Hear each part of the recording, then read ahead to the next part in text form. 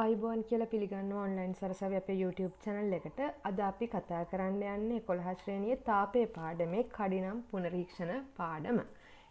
අපි මෙතනදී මුලින්ම කතා කරමු උෂ්ණත්වය කියලා කියන්නේ මොකක්ද කියලා. උෂ්ණත්වය කියලා කියන්නේ යම් වස්තුවක් නිර්මාණය වෙලා තියෙන ද්‍රව්‍යවල තියෙන මධ්‍යස්ථ චාලක ශක්තිය. මේ මධ්‍යස්ථ චාලක ශක්තිය වැඩි වෙනකොට උෂ්ණත්වය වැඩි වෙනවා. මධ්‍යස්ථ චාලක ශක්තිය අඩු වෙනකොට උෂ්ණත්වය අඩු වෙනවා. ඊළඟට මේ උෂ්ණත්වය කියන එක මනින්න උෂ්ණත්වමාන වර්ග 3ක් ගැන අපි කතා කරනවා. මේකෙන් පළවෙනි දෙකම ද්‍රව ප්‍රසාරණය කියන සංකල්පය යටතේ තමයි හැදිලා තියෙන්නේ. ඊළඟට සංඛ්‍යාංක උෂ්ණත්වමානය. එහෙමත් නැත්නම් ඔය ඩිජිටල් තිරයක් තියෙන උෂ්ණත්වමානයක් තියෙන්නේ. ඒවයි ගොඩක් වෙලාවට පාවිච්චි වෙන්නේ උෂ්ණත්වය වැඩි වෙනකොට විද්‍යුත් උපකරණවල ප්‍රතිරෝධය ඉහළ යනවා. ඔන්න ඔය සංකල්පය පාවිච්චි කරලා මේ උෂ්ණත්වමානය හදලා තියෙනවා. මෙතෙන්දී වීදුරු රසදිය උෂ්ණත්වමානය කියන එකේ ද්‍රවය විදිහට පාවිච්චි වෙන්නේ රසදිය. රසදිය ද්‍රවය විදිහට පාවිච්චි කරන්න හේතුව තමයි මේක සෙල්සියස් අංශක -39 විතර ඉඳලා 357 සෙල්සියස් දක්වා විතර මේ තරම් ලොකු පරාසයක ඒකාකාරී ප්‍රසාරණයක් දක්වනවා. ඒ නිසා මේක උෂ්ණත්වය මයින්ඩ සුදුසුයි. නමුත් රසදිය කියලා කියන්නේ විෂ සහිත දෙයක් නිසා මේ වෙනකොට වැඩි රසදිය සහ විදුරු රසදිය උෂ්ණත්වමාන පාවිච්චි කරන්නේ නැහැ. ඊළඟට විදුරු මධ්‍යසාර උෂ්ණත්වමානයත් සංකල්පයේ එකමයි. මෙතෙන්දි කරන්නේ බල්බයක් තුල තියෙන ද්‍රවය උෂ්ණත්වයත් එක්කලා ප්‍රසාරණය වෙනකොට ඒක කේශික නලයක් දිගේ ඉහළ නගින්න සලස්සලා එතනදී උෂ්ණත්වය මැන ගන්නවා. මේ වල ඉගෙනගෙන තියෙනවා. එතකොට වීදුරු මධ්‍යසාර උෂ්ණත්වමානය කියන්නේ මේ වගේ බල්බයක් තුල ද්‍රවය තියෙනවා. මේක උෂ්ණත්වය වැඩි වෙනකොට කේශික නලයක් දිගේ ඉහළ නගිනවා. එතකොට ඒක ඉහළ නැගපු ප්‍රමාණය අනුව ඒ උෂ්ණත්වය කියව ගන්න පුළුවන්. වීදුරු මධ්‍යසාර උෂ්ණත්වමානයේදී ද්‍රව්‍ය විදිහට පාවිච්චි කරන්නේ මධ්‍යසාර. එතකොට මෙතනදී ඍණ 115යි සෙල්සියස් ඉඳලා සෙල්සියස් අංශක 100 වගේ වෙනකම් ප්‍රමාණය මැනගන්න පුළුවන්. මධ්‍යසාරවලත් ඒකාකාර ප්‍රසාරණයක් තියෙනවා. ඒ වගේම ඒකක උෂ්ණත්වයකදී මධ්‍යසාරයේ ප්‍රසාරණ ප්‍රමාණය වැඩි. ඒ නිසා පොඩි උෂ්ණත්ව වෙනසකදී වැඩි දුරක් මේ මධ්‍යසාර කඳ නගිනවා. එතකොට ඒකාකාර ප්‍රසාරණයක් තියෙනවා. ඊට අමතරව වැදගත්ම දේ තමයි 0 සෙල්සියස් අංශක වලට වඩා අඩු උෂ්ණත්වමයින්ද සුදුසුයි. අනිත් දේ තමයි මධ්‍යසාර කියන එක අවර්ණයි. මධ්‍යසාර අවර්ණ නිසා මෙන්න මේ කේශික නලයේ දිගේ යනකොට රසදිය මධ්‍යසාර කන්දේ උස කියව ගන්න පහසුවක් වෙන්න මධ්‍යසාර වර්ණ ගන්නලා තියෙනවා. ගොඩක් වෙලාවට රතු පාටින් වර්ණ ගන්නනවා, වෙන පාට යොදා ගන්නත් පුළුවන්. ඊළඟට අපි උෂ්ණත්ව පරිමාණ ගැන කතා කරොත් සෙල්සියස් අංශක පරිමාණය, ෆැරන්හයිට් පරිමාණය, කෙල්වින් පරිමාණය කියලා පරිමාණ තුනක් තියෙනවා. මේකෙන් ගොඩාක්ම ප්‍රසිද්ධ සෙල්සියස් පරිමාණය. ගොඩාක්ම ප්‍රසිද්ධ සෙල්සියස් පරිමාණය වුණාට හොඳට මතක තියාගන්න කෙල්වින් පරිමාණය තමයි අන්තර්ජාතික ඒකකය උෂ්ණත්වයමයි. ඔයාලෙන් ඇහුවොත් අන්තර්ජාතික ඒකකය මොකද්ද? එහෙම නැත්නම් SI ඒකකය මොකද්ද? උෂ්ණත්වයමයින කියලා අනිවාර්යෙන් ඒක කෙල්වින් පරිමාණය. ගොඩාක් අය ওই උත්තරේ වරද්ද ගන්නවා. මොකද සෙල්සියස් තමයි වැඩිපුර ප්‍රසිද්ධ. ඒ නිසා සෙල්සියස් පරිමාණය කියලා ලියනවා. නමුත් හොඳට මතක තියාගන්න උෂ්ණත්වය මැනීමේ අන්තර්ජාතික ඒකකය කෙල්වින් පරිමාණය. සෙල්සියස් පරිමාණය ගත්තාම සෙල්සියස් පරිමාණයේදී අයිස් ද්‍රවන උෂ්ණත්වය 0 විදිහටත් ජලය වාෂ්පවන උෂ්ණත්වයේ 100 විදිහටත් අරගෙන මේ අතර කොටස් 100කට බෙදලා පරිමාණයක් හදාගෙන තියෙනවා. එතකොට මෙතනදී ද්‍රව බවට පත් වෙන අයිස් ද්‍රව බවට පත් වෙන උෂ්ණත්වය 0 කියලා දාන්නේ මේ පරිමාණය හදන කෙනා. ඔන්න ඔය විදිහටම ෆැරන්හයිට් පරිමාණය හදන කෙනා ජලය ද්‍රවන අයිස් ද්‍රවන උෂ්ණත්වයට දාන්නේ ෆැරන්හයිට් කියන්නේ 32 කියලා. ඒ උෂ්ණත්වය 32 කියලා. ඒ වගේම 32 කියලා ගත්තාම එතකොට 180කට කොටස් බෙදලා තියෙනවා මේ පරිමාණය. කොටස් 180කට බෙදලා තියෙනවා. එතකොට 212ක් වෙනවා ජලයේ නටන උෂ්ණත්වය. එතකොට එයත් යොදාගෙන තියෙන මේ ෆික්ස් පොයින්ට්ස්. එහෙමත් නැත්නම් ස්ථිර අගයන් ජලය ද්‍රව වෙන සහ වාෂ්ප වෙන උෂ්ණත්වයන්. ඒ දෙක තමයි ඒගොල්ලෝ මේ එයාලගේ පරිමාණයේ ඒ නියත අගයේ විදිහට අරගෙන තියෙන්නේ. මෙයා නම් 0 ඉඳලා 100ට හදාගෙන තියෙනවා. ෆැරන්හයිට් පරිමාණය හදන කෙනා 32 ඉඳලා 212ට හදාගෙන තියෙනවා. හැබැයි මෙතනදී අපිට ලොකුවට මේක එන්නේ නැති වුණත් හදිස්සිය හරි එන්න පුළුවන් කෙල්වින් සහ සෙල්සියස් සහ ෆැරන්හයිට් අතර වෙනස් අගයන් හුවමාරු කරන්න. දැන් අපි ගත්තොත් එහෙම සෙල්සියස් පරිමාණයේ කොටස් 100ක් නේ තියෙන්නේ.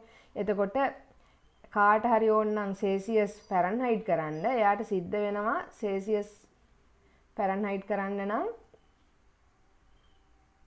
180න් ෆැරන්හයිට් අගය මෙච්චර නම් 100ට කොච්චරද අන්න ඒ එන අගයෙන් 32ක් අඩු කරන්න. මොකද ඒක පටන් ගන්න 32 නිසා.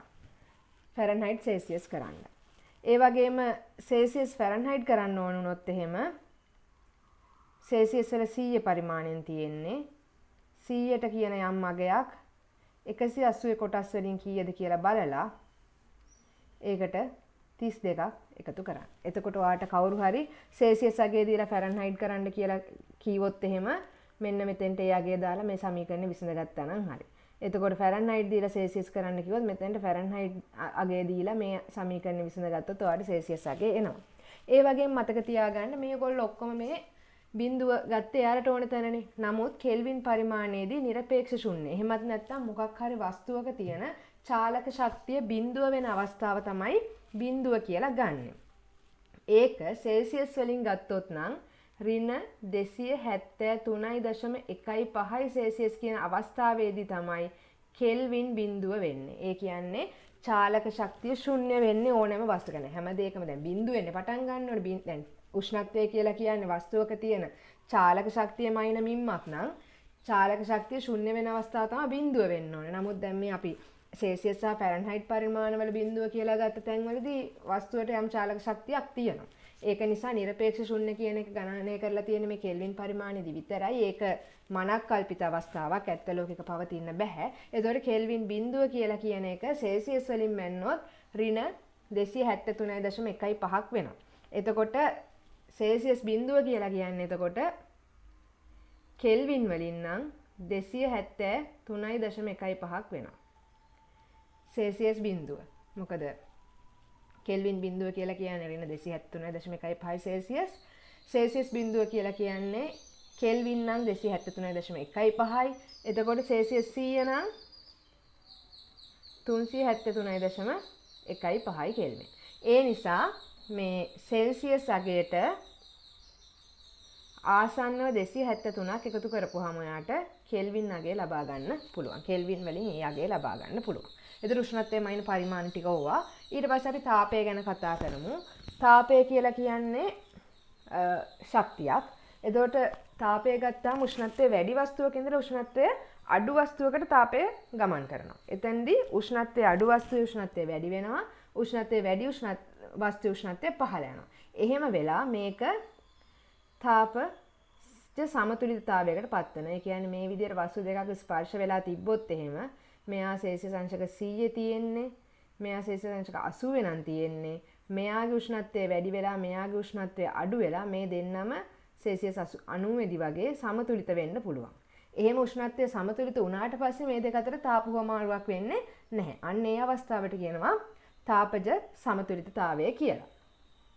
ඊළඟට වස්තුවක තාපධාරිතාවය ගත්තොත් එහෙම යම් වස්තුවක උෂ්ණත්වය එක ඒකකකින් වැඩි කරන්න සපයන්න ඕනේ තාප ප්‍රමාණය. ඒ කියන්නේ මොනවා හරි වස්තුවක් අපි හිතමුකෝ ගලක් කියලා. මෙන්න මේ ගල දැනට සෙල්සියස් අංශක 25 තියෙනවා.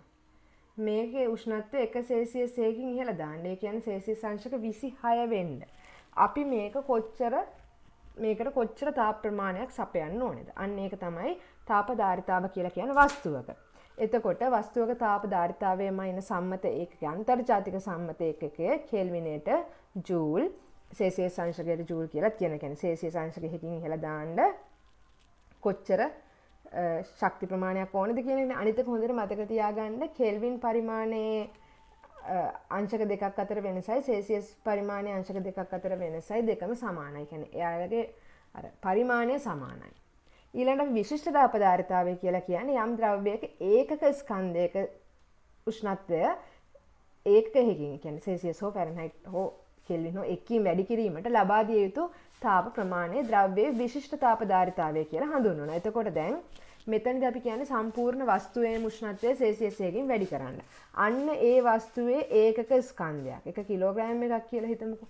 ඒක යම් උෂ්ණත්වය ඒකකකින් වැඩි කරන්න අවශ්‍ය තාප ප්‍රමාණය තමයි විශිෂ්ට තාපධාරිතාවය කියලා කියන්නේ. එතකොට තාපධාරිතාවය හොයන්න නම් ඒ වස්තුවේ ස්කන්ධය මොකද එක ස්කන්ධයක් එක ඒකක ස්කන්ධයක් සෙල්සියස් අංශකයකින් වැඩි කරන්න අවශ්‍ය තාප ප්‍රමාණය විශිෂ්ට තාපධාරිතාවය කියලා කියන්නේ. තාපධාරිතාව කියලා කියන්නේ මුළු වස්තුවම එක සෙල්සියස් අංශකයෙන් උෂ්ණත්වය වැඩි කරන්න අවශ්‍ය තාප ප්‍රමාණය. එතකොට ස්කන්ධය වැඩි කිරීම විශේෂ තාපධාරිතාව මගින් තාපධාරිතාවය ගණනය කරගන්න පුළුවන්. ඊළඟට බලමු තාප ප්‍රමාණය හොයන එක. යම් කිසි ද්‍රව්‍යයක් තාපය උරා ගැනීමේදී හෝ තාපය පිට කිරීමේදී උෂ්ණත්ව වෙනසක් වෙනවා. එතනදී හුවමාරු තාප ප්‍රමාණය සෙවීම සඳහා මෙන්න මේ සමීකරණය පාවිච්චි වෙනවා. හුවමාරු වූ තාප ප්‍රමාණය සමාන වෙනවා වස්තුවේ ස්කන්ධය වැඩි කිරීම විශිෂ්ට තාපධාරිතාවය වැඩි කිරීම උෂ්ණත්ව වෙනස. ඒ කියන්නේ වැඩි උෂ්ණත්වයෙන් අඩු උෂ්ණත්වය අඩු කරලා උෂ්ණත්ව වෙනස. උෂ්ණත්වය ඉහළ නැගී ප්‍රමාණය. මෙන්න මේකෙන් හොයන්න පුළුවන් යම් වස්තුවක උරාගත් තාපය හෝ පිට කරපු තාප ප්‍රමාණය. එතකොට මෙතනදී අපි හිතමුකෝ භාජනයක් අපි රත් කරනවා කියලා. එතෙන්දී ඔයා හොඳටම දැනගන්න ඕනේ භාජනයකට වතුර දාලා රත් කරනවා නම් මේ භාජනයත් රත් වෙනවා. වතුරත් රත් වෙනවා. එතකොට ඔයා ගණනය කරන්න ඕනේ භාජනයේ විශිෂ්ට තාපධාරිතාවය දාලා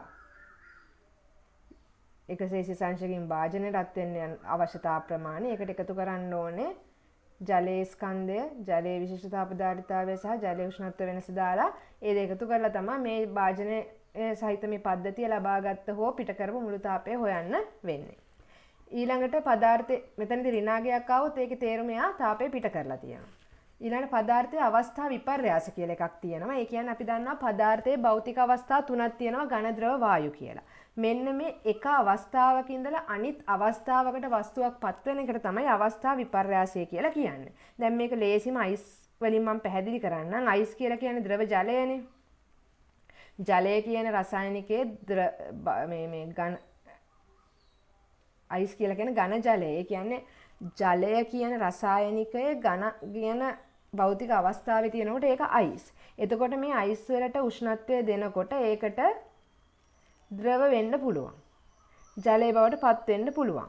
තව දුරටත් මේකට තාපය දෙනකොට වාෂ්ප ජල වාෂ්ප බවට පත් වෙන්න පුළුවන්. ජල වාෂ්ප කියලා කියන්නේ වායු බවට පත් වෙච්ච ජලය. එතකොට මේකට දිගින් දිගටම තාපය දෙනකොට මේ ඝන කියන භෞතික අවස්ථාවෙන් ද්‍රව කියන භෞතික අවස්ථාවටත් ද්‍රව කියන භෞතික අවස්ථාවෙන් වායු කියන භෞතික අවස්ථාවටත් ජලයට පත් වෙන්න පුළුවන්.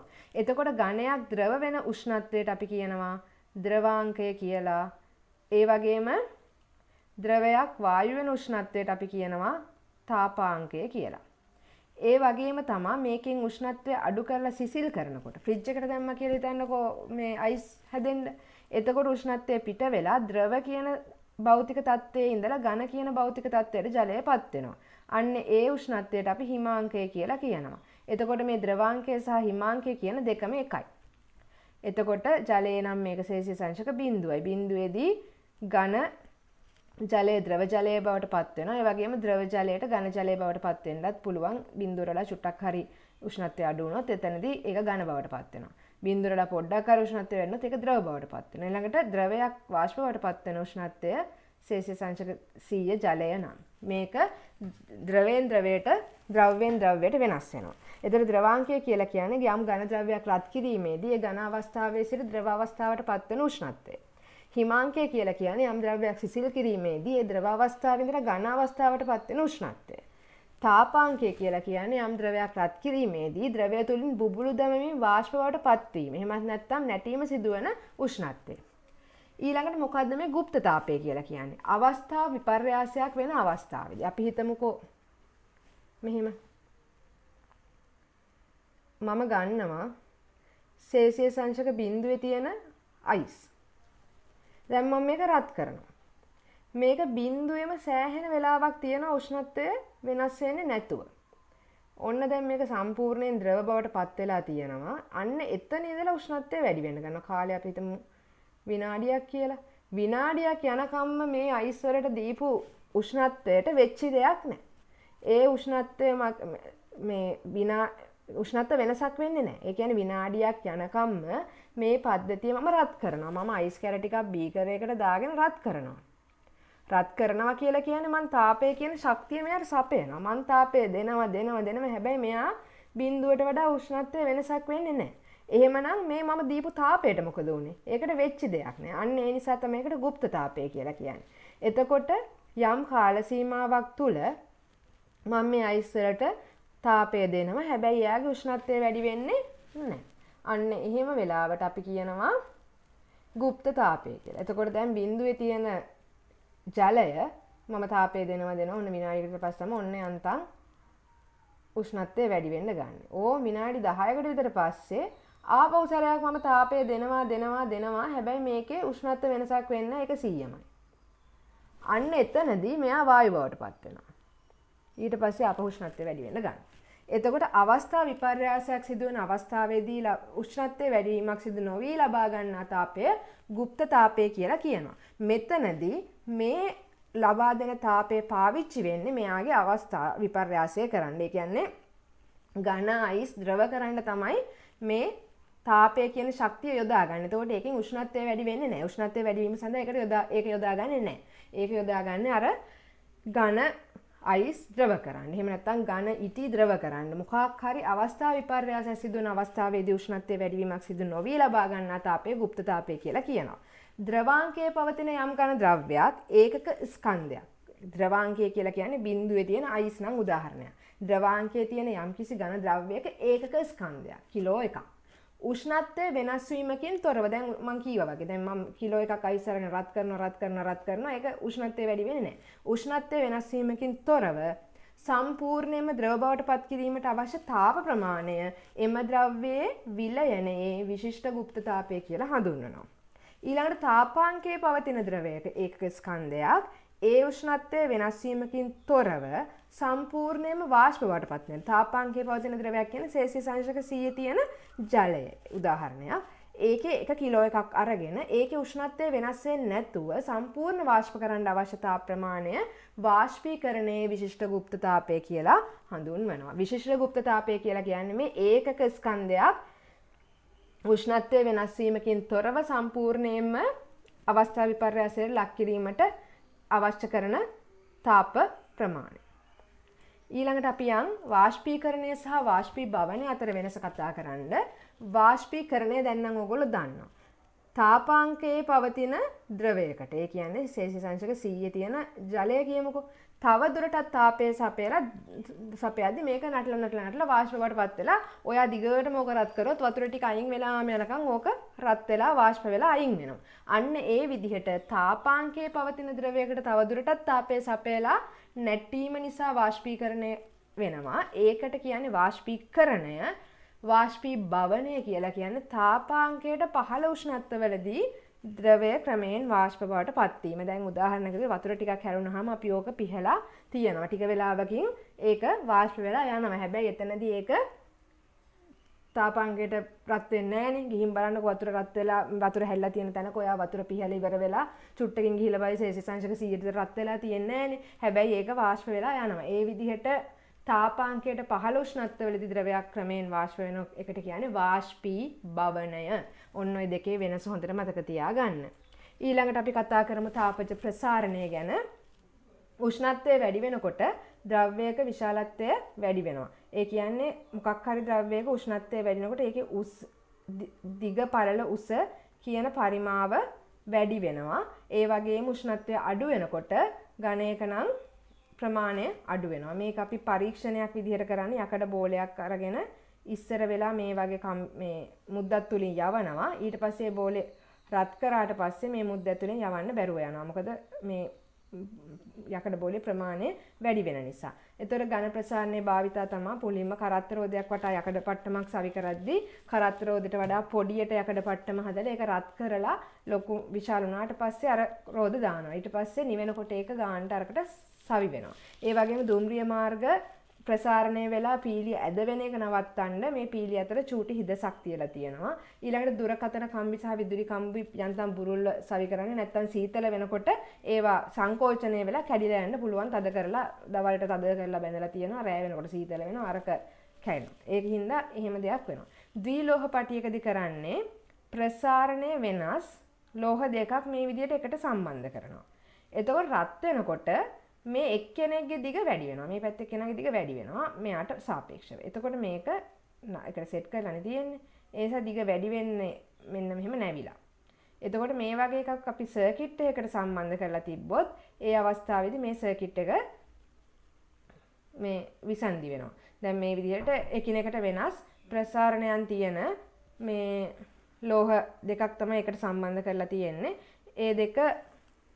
ඒ ලෝහ දෙක සම්බන්ධ කරලා තිබ්බහම මේකේ දිග වැඩි වෙනවා මේකට සාපේක්ෂව වැඩිපුර. එතකොට මේක මෙහෙම සර්කිට් එක විසන්ධි වෙන විදිහට නැවෙනවා. ඊළඟට තාපය මේ වගේ ඒවා ගොඩක් වෙලාට අයන් වල වගේ පාවිච්චි වෙනවා. ඊළඟට ද්‍රව ප්‍රසාරණය අපි දැනටමත් කතා කරලා තියෙන්නේ. ද්‍රව ප්‍රසාරණයේදී ද්‍රවයක් පරිමාව වැඩි වෙනවා. ඒක යොදාගෙන තමයි උෂ්ණත්වමානයත් හදලා තියෙන්නේ. වර්ණ කරපු ජලය මේ වගේ වීදුරු බටයක් හයි කරලා තියෙනවා. රත් කරනකොට මේක දිගේ ඉහළ නගිනවා. ඊළඟට බැලුනයක් බෝතලයකට හයි කරලා අයිස් වලට දාලා තිබ්බොත් මේ වායු බැලුම ඇතුලේ තියෙන වායු ටික සංකෝචනය වෙලා බැලුම ඇකිලෙනවා. ඒ වගේ මුණු වතුරට දැම්මොත් එහෙම මේ බෝතලය ඇතුලේ තියෙන වායුව ප්‍රසාරණය වෙලා මේ බැලුම මේ විදිහට පිම්බෙනවා. ඒවා වායු ප්‍රසාරණය. ඊළඟට තාප සංක්‍රමණය ගැන කතා කරොත් තාපයේ එක ස්ථානයක ඉඳලා තවත් ස්ථානයකට ගමන් කිරීම තාප සංක්‍රමණය කියලා හඳුන්වනවා.